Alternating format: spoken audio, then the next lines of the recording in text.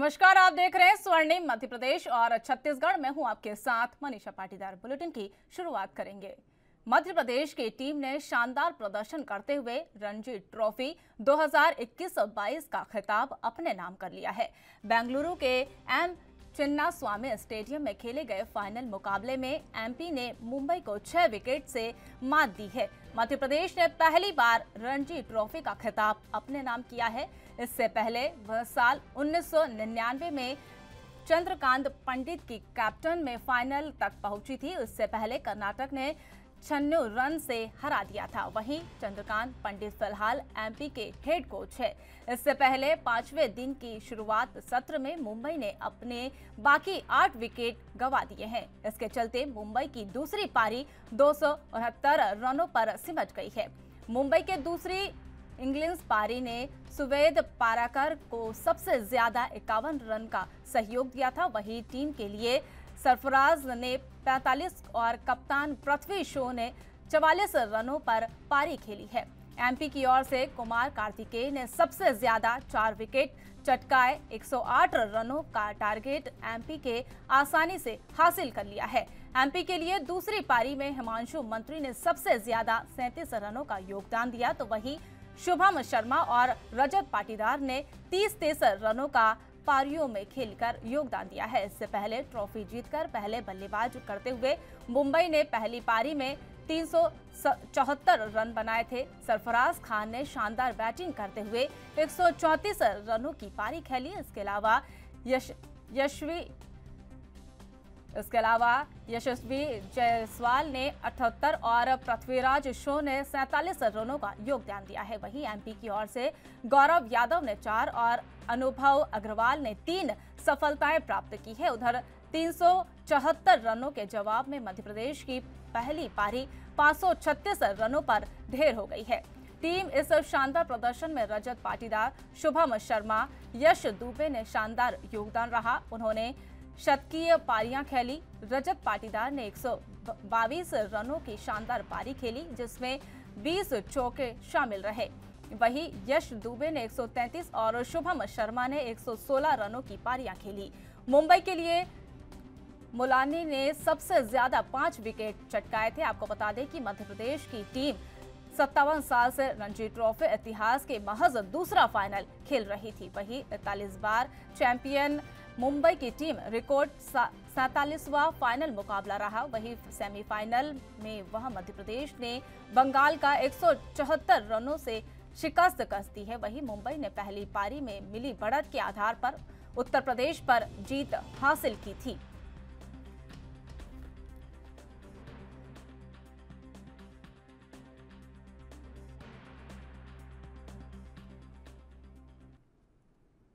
मध्य प्रदेश की टीम ने शानदार प्रदर्शन करते हुए रणजी ट्रॉफी 2021-22 का खिताब अपने नाम कर लिया है। बेंगलुरु के एम चिन्नास्वामी स्टेडियम में खेले गए फाइनल मुकाबले में एमपी ने मुंबई को 6 विकेट से हराया है। वहीं इस मौके पर सीएम शिवराज सिंह चौहान ने कहा कि पहली बार कई बार की विजेता मुंबई की टीम को हराकर मध्य प्रदेश की टीम ने रणजी ट्रॉफी जीतकर कमाल कर दिया है। वहीं उन्होंने कहा कि हम सब इस जीत से गदगद, प्रसन्न और भाव विभोर हैं। मैं टीम के कोच श्रीकांत पंडित जी को और समस्त टीम को बधाई देता हूं।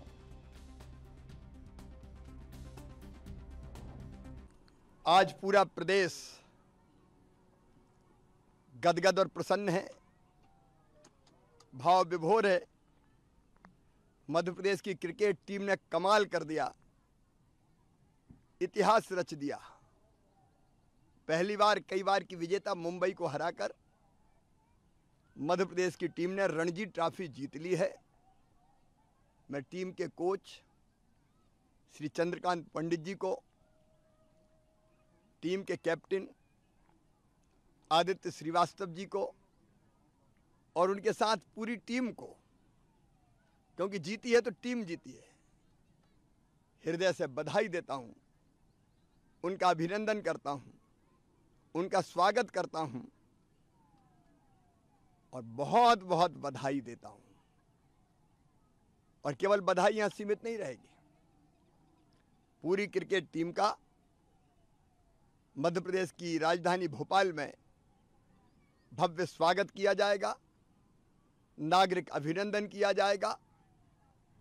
क्रिकेट का एक नया इतिहास रचने वाले हमारे क्रिकेट वीर रणबांकुरे रविवार को छत्तीसगढ़ के मुख्यमंत्री भूपेश बघेल जशपुर जिले के दौरे पर रहे। उन्होंने कुनकुरी विधानसभा क्षेत्र के 42 करोड़ रुपए की लागत से अधिक के कुल 78 करोड़ कार्यों का निरीक्षण किया है और भूमि पूजन किया है। इसमें 51 करोड़ रुपए से अधिक 36 कार्यों का लोकार्पण भी किया गया है और लगभग 31 करोड़ के 42 कार्यों का भूमि पूजन किया गया। वहीं कुनकुरी में प्रेस वार्ता के दौरान सीएम भूपेश बघेल ने महाराष्ट्र में राजनीतिक संकट का जिक्र किया और अपने संबोधन में भारतीय जनता पार्टी को आड़े हाथों लेते हुए कहा कि बीजेपी असहमति को बर्दाश्त नहीं कर सकती है। दूसरे राजनीतिक दल की सरकार को वे किसी भी प्रकार से गिराना चाहती है और गैर बीजेपी शासित राज्यों में केंद्रीय एजेंसियों का भरपूर दुरुपयोग कर रही है। केंद्र की सरकार को 8 साल हो गए हैं, लेकिन किसी भी बीजेपी नेता के खिलाफ अगर कोई मामला दर्ज हुआ तो बताएं। जितने भी मामले दर्ज हो रहे हैं वह सब विपक्ष नेताओं के खिलाफ बन रहे हैं।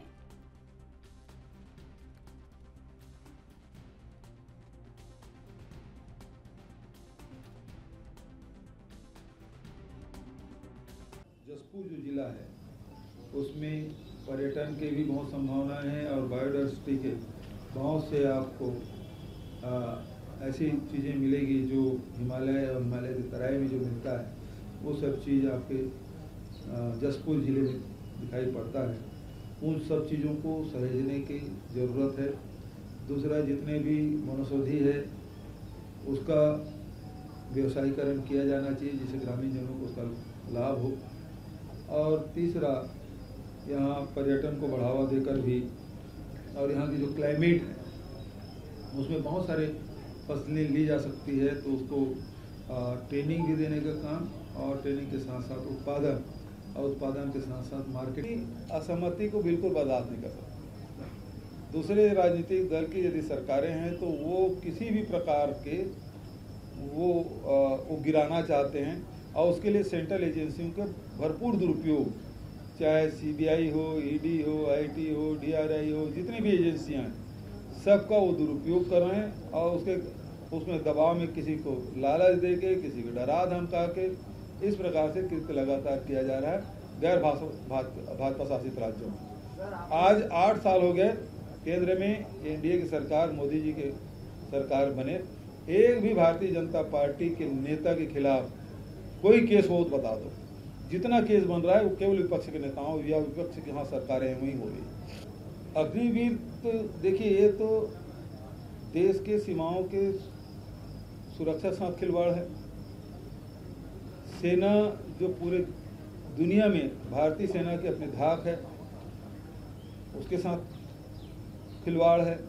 तीसरा, नौजवान जो हमारे जो इस उम्मीद में है कि हमको शासकीय नौकरी मिलेगी, हम भारतीय सेना में जाएंगे, देश सेवा करेंगे और उसके साथ साथ परिवार के भी सुरक्षा मिलेगी। 35-36 साल बाद जब वहाँ से सेना से लौटेंगे तो उसको पेंशन मिलेगा। वो सारे सपने चकनाचूर हो गए। 6 महीने में तो वो मार्च पास्ट भी बराबर सीख नहीं पाएगा, सेना की वर्दी पहनना सीख नहीं पाएगा और उसको आप सीधा से फील्ड में उतार देंगे। 3.5 साल बाद रिटायर हो जाएगा। लोग तो 60 साल में रिटायर होते हैं तो दादा पोता, दादा नाना सब बन जाता है।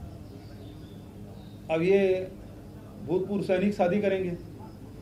21 साल 17 साल के यदि नौजवान सेना में भर्ती होता है, 4 साल बाद आएगा तो भूतपूर्व सैनिक का काट। कि मैंने कल जितनी सभाएं हुई तो किसी ने डॉक्टर की मांग की, किसी ने मास्टर की मांग की, तो मैंने पूछा क्या शिक्षावीर भेज दें या चिकित्सावीर भेज दें?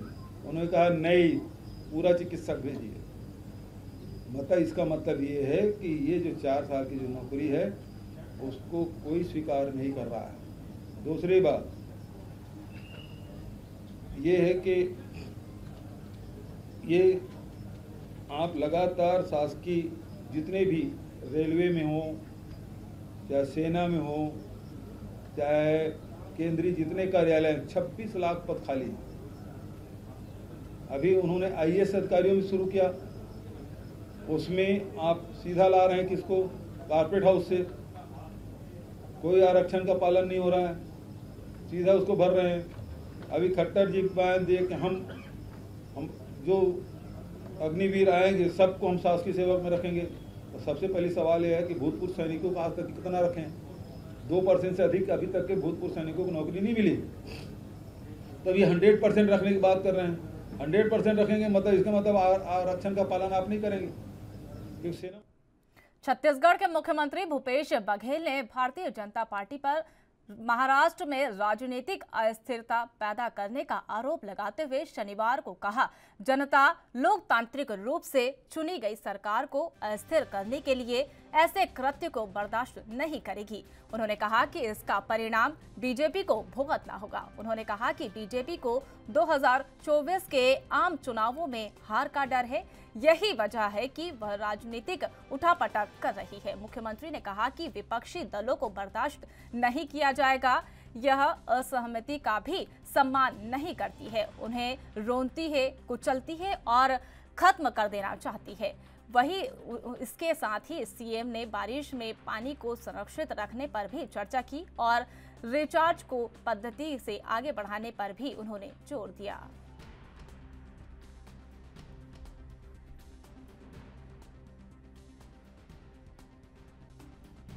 भारतीय जनता पार्टी तो बर्दाश्त नहीं कर पाती विपक्षी दलों को। असहमति का सम्मान तो करते ही नहीं, वो रौंद डालते हैं, कुचल डालते हैं, समाप्त कर देना चाहते हैं।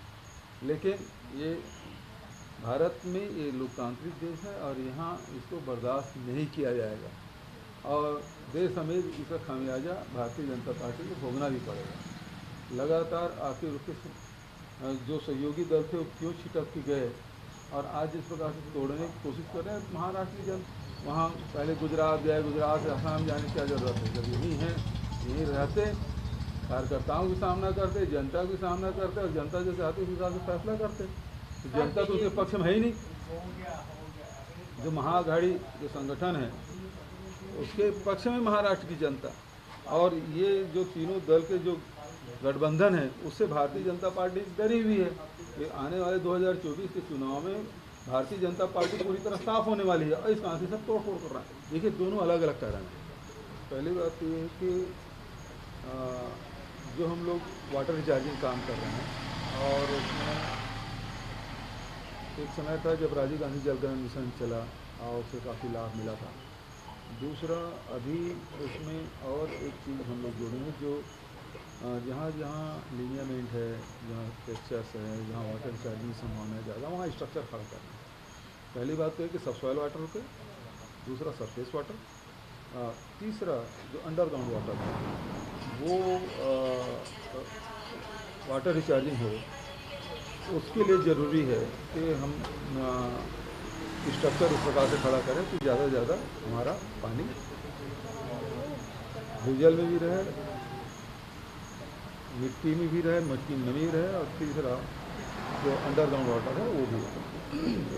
तो वो काम हमने किया और उसके लिए जितने भी नाले हमने कर लिए हैं वन विभाग में, उसमें जियो टैगिंग करना है, कहाँ कहाँ काम हो गए हैं उसका, ताकि सब जान सके, देख सके।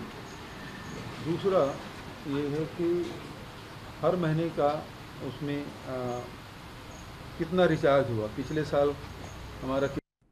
रायपुर में मुख्यमंत्री भूपेश बघेल ने स्वामी आनंदनाथ स्कूल में बच्चों से बातचीत की। इस मौके पर आत्मानंद स्कूल के छात्र नूतन कुमार ने बताया कि स्कूल में पढ़ाई अच्छी होती है और स्कूल में लैब और लाइब्रेरी की सभी सुविधाएं उपलब्ध है। स्कूल में अभी 500 बच्चे पढ़ाई कर रहे हैं। इस दौरान बच्चों ने स्कूल से दूर होने के कारण बस सुविधाएं की मांग की।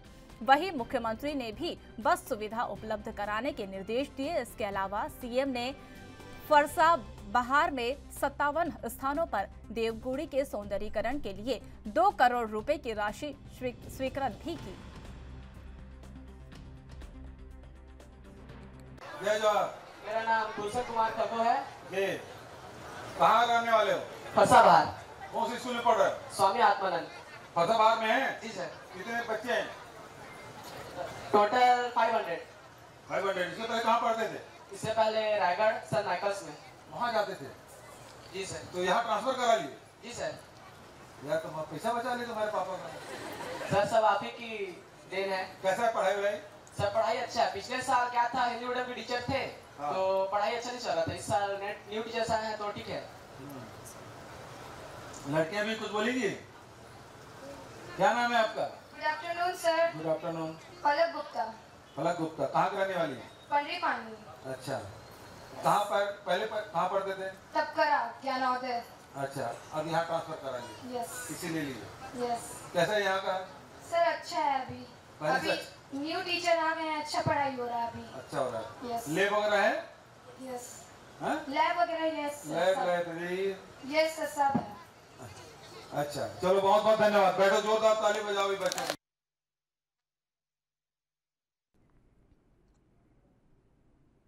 कांग्रेस विधायक और पूर्व संसदीय सचिव विकास उपाध्याय ने तमाम मुद्दों को लेकर अपनी प्रतिक्रिया दी। उन्होंने कहा कि सबसे पहले ईडी की ओर से राहुल गांधी से पूछताछ के मामले में प्रतिक्रिया दी और केंद्र सरकार पर हमला बोला है। इसके बाद उन्होंने महंगाई और बेरोजगारी के मुद्दे को लेकर कांग्रेस के कल के कार्यक्रम की जानकारी दी। उन्होंने कहा, कांग्रेस की ओर से कल पूरे देश में सत्याग्रह किया जा रहा है। यह सत्याग्रह महंगाई और बेरोजगारी को लेकर है। उन्होंने कहा, केंद्र सरकार ने चुनाव से पहले वादा किया था कि 2 करोड़ से ज्यादा नौकरियां दी जाएंगी, लेकिन आज लोगों के पास नौकरी नहीं है।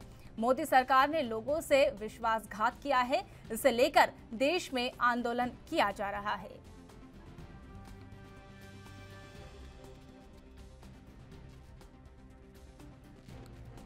पाँच 5,000 से भी ज़्यादा विधानसभाओं में पूरे देश के अंदर में कल सत्याग्रह कांग्रेस पार्टी के द्वारा किया जा रहा है। जिस प्रकार से भारतीय जनता पार्टी की सरकार कम समय में कोई योजना को लाती है और उस योजना को बाद में जब लोगों की आहुति हो जाती है, जैसे कृषि काले कानून को लाने का काम किया था, 700 से भी ज़्यादा लोग उसमें उनकी मृत्यु हो गई आंदोलन करते समय। उसी प्रकार जिस प्रकार से आज बेरोजगारी चरम सीमा पे है, कोविड-19 के बाद अपने आप लोगों के पास रोजगार नहीं है और एक उम्मीद थी सरकार से, जहां सरकार ने चुनाव के पहले वादा किया था कि 2 करोड़ से ज़्यादा रोजगार हर साल लगाए जाएंगे और उस उम्मीद पर आज भारतीय जनता पार्टी विश्वासघात की है।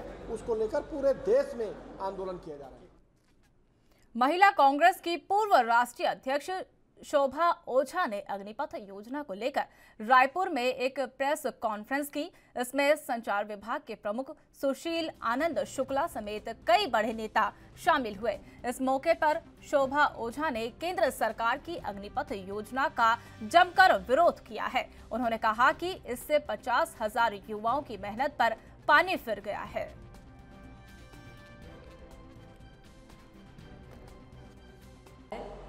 अग्निपथ की बात युवकों के साथ विश्वासघात। हम सब जान रहे हैं कि देश में आज क्या चल रहा है। देश का युवा आज पूरी तरह से टूट चुका है। देश का युवा जिसमें एक जज्बा है देश की सेवा करने का, सेना में काम अपनी सेवाएं देने का, सेना में जाकर वो अपने आहुति देना चाहता है, वो अपने परिवार में, अपने समाज में, अपने गांव में अपनी एक पहचान बनाना चाहता है। और ये वो युवा है जो कि विपरीत परिस्थितियों में कभी 3 बजे, कभी 4 बजे, ठंड, गर्मी, बारिश को नज़रअंदाज करके दौड़ता है। आप कभी भी गुजरेंगे कहीं से भी इस समय पे तो आपको काफ़ी सारे युवा दौड़ते दिखेंगे। और ये कोई बहुत बड़े पिता का बेटा नहीं है, ये एक किसान का बेटा है, ये एक मजदूर का बेटा है, ये एक छोटी सी दुकान लगाने वाले का बेटा है। और वो जानता है कि उसकी मेहनत से वो सेना में जाएगा तो उसका सम्मान बढ़ेगा, उसके परिवार का सम्मान बढ़ेगा, गांव में उसकी एक साख बढ़ेगी। साथ ही देश प्रेम के चलते तो वो जा ही रहा है, रोजगार भी बहुत बड़ा एक कारण है सेना का। तो ऐसे में जब उसके साथ विश्वासघात किया जाता है, सरकार जब उसके साथ विश्वासघात करती है, 50,000 नवयुवक दौड़ जीत चुके थे, फिजिकल एग्जामिनेशन जीत चुके थे, अपॉइंटमेंट लेटर का इंतज़ार कर रहे थे और 2-3 साल की उनकी मेहनत थी। पिछले 2-3 साल से सेना में कोई रिक्रूटमेंट नहीं हुआ था, तो बड़ी आशा से वो और उसका परिवार लगा हुआ था और उसके बाद उसके हाथ आती है तो क्या आता है? अपॉइंटमेंट लेटर तो नहीं आता, अग्निपथ नाम की एक योजना उस पर मर दी जाती है और उससे कहा जाता है कि तुम अग्निवीर हो। आज उस युवक से पूछे कि उसके अंदर की अग्नि किस तरह दहक रही है, उसकी मेहनत पे कैसा पानी फेरा गया है, और साथ ही तमाम युवा जो इस देश में आज संघर्ष कर रहे हैं, आज अनएम्प्लॉयमेंट, बेरोजगारी का जो समा है, मैं समझती हूँ पिछले 75 साल में इतनी बेरोजगारी देश ने कभी नहीं देखी जितनी आज जिस दौर से। छत्तीसगढ़ के स्वास्थ्य मंत्री टीएस सिंहदेव कोरोना पॉजिटिव हो गए हैं। उन्होंने खुद ट्वीट कर इसकी जानकारी दी। उन्होंने ट्वीट कर लिखा कि दिल्ली प्रवास से लौटकर मैंने अपनी कोविड की जांच करवाई थी, जिसमें मेरी रिपोर्ट पॉजिटिव आई है। अभी मेरा स्वास्थ्य ठीक है और चिकित्सकों के परामर्श से मैं होम आइसोलेशन का पालन कर रहा हूँ। वहीं दूसरी तरफ उनके स्वास्थ्य को लेकर सीएम भूपेश बघेल ने ट्वीट करा और उन्होंने लिखा कि स्वास्थ्य मंत्री टीएस सिंहदेव के कोरोना पॉजिटिव होने का समाचार प्राप्त हुआ है। उन्हें जल्द से जल्द स्वस्थ होने की कामना करता हूं।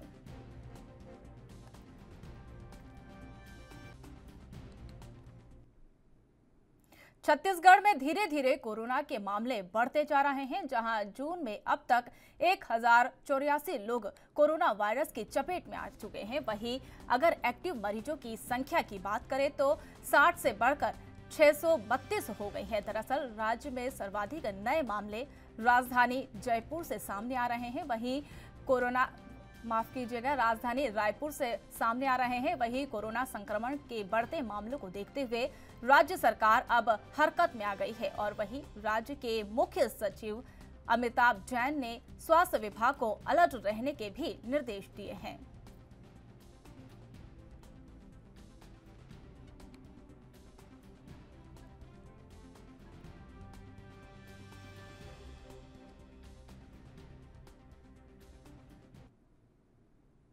मध्य प्रदेश में कल मतदान केंद्रों पर दोबारा मतदान होगा। मतदान का समय सुबह 7 से दोपहर 3 बजे तक रहेगा। वहीं इन जिला इंदौर की जनपद पंचायत डॉक्टर अंबेडकर नगर, महू की ग्राम पंचायत हरनिया खेड़ी के वार्ड संख्या 16 और जनपद पंचायत दतिया की ग्राम पंचायत राजपुर के मतदान केंद्रों में दोबारा मतदान किया जाएगा। आपको बता दें कि इन मतदान केंद्रों पर हिंसा के चलते निर्वाचन आयोग ने दोबारा मतदान करने का फैसला लिया है। मतदान के तुरंत बाद मतदान केंद्र में ही प्राप्त मतों की मतगणना भी की जाएगी।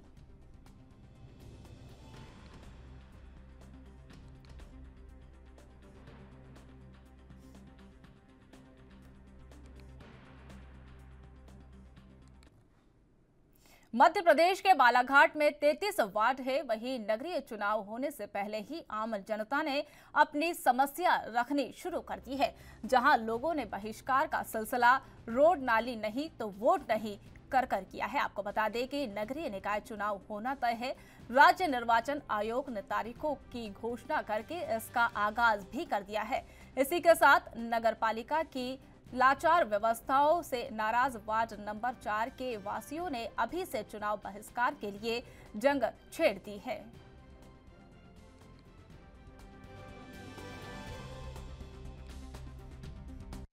आप वार्ड नंबर 4 के वासी है और हम लोग यहाँ इतने परेशान हो गए हैं। यहाँ पर रोड नाली है और यहाँ जो ये गंदगी जो दिख रहा है आप लोगों को, इतना बदबू आता है। ये पानी लोगों के घरों का पानी है और हम लोग अब चुनाव बहिष्कार कर रहे हैं।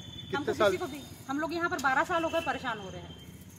जो भी चुनाव जीत कर आता है यहाँ पर हमेशा यही बोला जाता है कि नहीं हम कर देंगे, और जीतने के बाद में एक सवाल भी नजर नहीं आते वो लोग। कितने बार नगर पालिका के चक्कर काट चुके और अधिकारी? भैया हम लोग बार बार जाते हैं, वहाँ कुछ सुनवाई नहीं होती। क्या बोला जाता है? वो बोलते कि नहीं हो जाएगा, आप उसको लेकर आओ पार्षद तो आती नहीं है, भुवनेश्वरी तिवड़े है, उसको कोई मतलब ही नहीं है यहाँ से। एक बार जीत के जो गई है तो वो आती ही नहीं है वापस। अब क्या कर रहे हैं आप? शिवपुरी जिले की खनियाधान जनपद के ग्राम पंचायत वनखेड़ा शंकरपुर में देर रात मतगणना शुरू होने से पहले 2 गुटों में पथराव हो गया। इस पथराव से कई लोग घायल हो गए, जिसे देख पोलिंग पार्टी ने जब मामले की जानकारी पुलिस को दी तो पुलिस मौके पर पहुंची। पुलिस की गाड़ी को देख गांव में भी हड़कंप मच गया है। इस भगदड़ के दौरान 2 लोग एक सूखे कुएं में जाकर गिर गए, जिन्हें पुलिस ने कुएं से बाहर निकाला। इसके बाद रात में ही मतगणना पुलिस सुरक्षा के बीच संपन्न कराई गई।